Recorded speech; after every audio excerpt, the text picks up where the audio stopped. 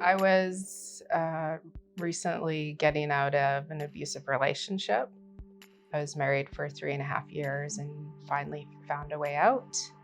And that relationship and getting out of that relationship caused problems with me being a good employee. And unfortunately, there were many things that happened at work that would trigger me, so I wouldn't be able to continue working. And of course, as a nurse, you got to have yourself together to be able to provide care because I'm in charge of human beings staying alive. Even though intellectually you're like, this is not okay, this is not what you deserve. Um, it's dangerous to get out of an abusive relationship. And in my situation, not only was I in danger, but my children and my extended family. And so it's always a risk. But I know that lots of people have gone before me and gotten out of relationships. So there's got to be a way. There's got to be a way. And I just believed that it could happen. And so I looked around and I ended up coming to Calgary Counselling Centre. And as I was doing like personal one-on-one counseling on how to deal with when you're triggered, what can I do to like rewire my brain so that I can continue to stay at work eventually. I was introduced to having group therapy with women who were also either in or have already gotten out of abusive relationships.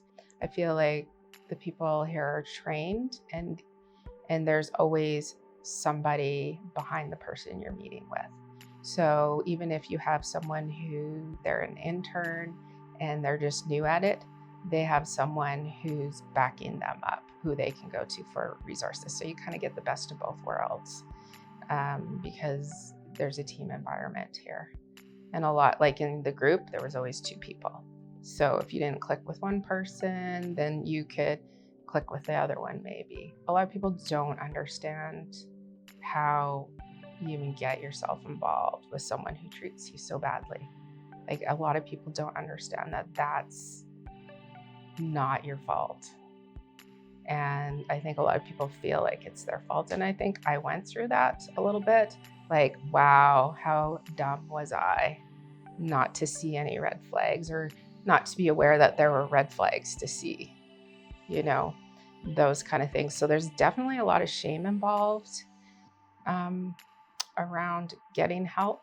The group program, the great thing about it is everyone there had experienced abuse.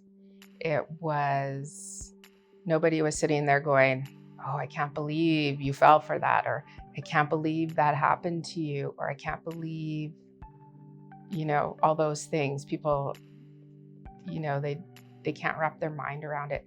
But everyone in the group had experienced abuse and everything was relatable. It's so painful and it's so isolating to be someone in an abusive relationship.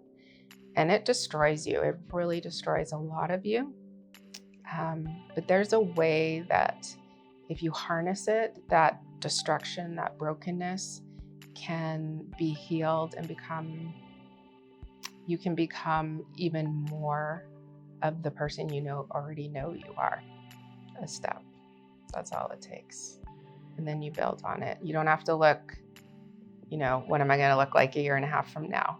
It's just like, what am I going to do to get through today? Because that's literally where you are in the beginning. You're like, how am I going to get through this one moment right now without just being a puddle on the floor? A year and a half ago, actually, I was ready to kill myself because of the whole situation. And that's when I was the most broken.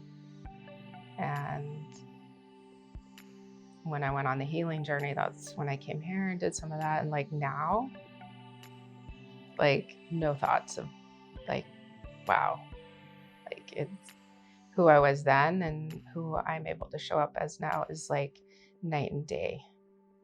So, and that's only a year and a half. Imagine a year from now, 10 years from now.